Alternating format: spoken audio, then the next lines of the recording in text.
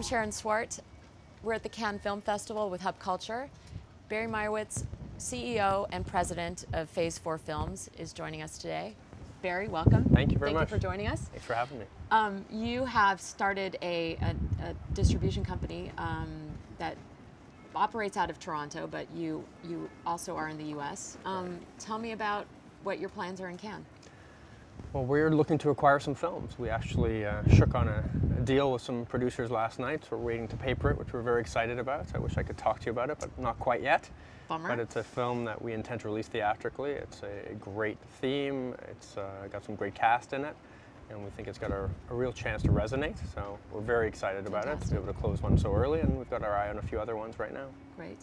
Now, in a scene where distribution companies are sort of fewer and fewer, and a few startups have come about, but you know there've been some bumps in the road. I mean, as a new distributor in North America, what is it like now to be buying films at festivals? Is it less competitive, more competitive?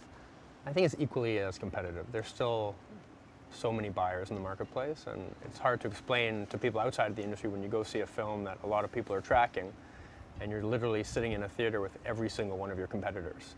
From the major studios, the independents, the mini majors, and you know, one person flinches or walks to go to the bathroom, everyone thinks there's a deal happening.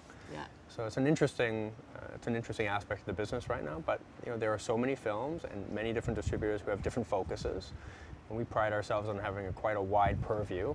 We're a broad-based distributor, so we don't focus in one genre or one area. So we're able to tackle many different projects that we think have commercial appeal and that we're passionate about. You closed a deal at Sundance, and I know that you've also bought a few documentaries in the recent past. For Phase 4, what are the types of films that you're looking at?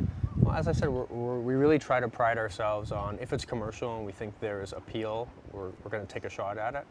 If you would have told me 2 years ago that we would have released a documentary and it would have grossed at the box office and we would have done great in DVD and television, I would have thought you were crazy. But you know, Valentino was our first foray into it. Right. We had another one before that about marijuana called The Union, which also did great for us.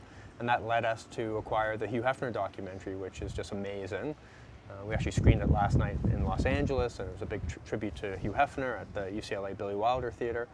And we're going to release it theatrically, and everyone's excited about it. We're scheduled in 10 or 12 markets so far.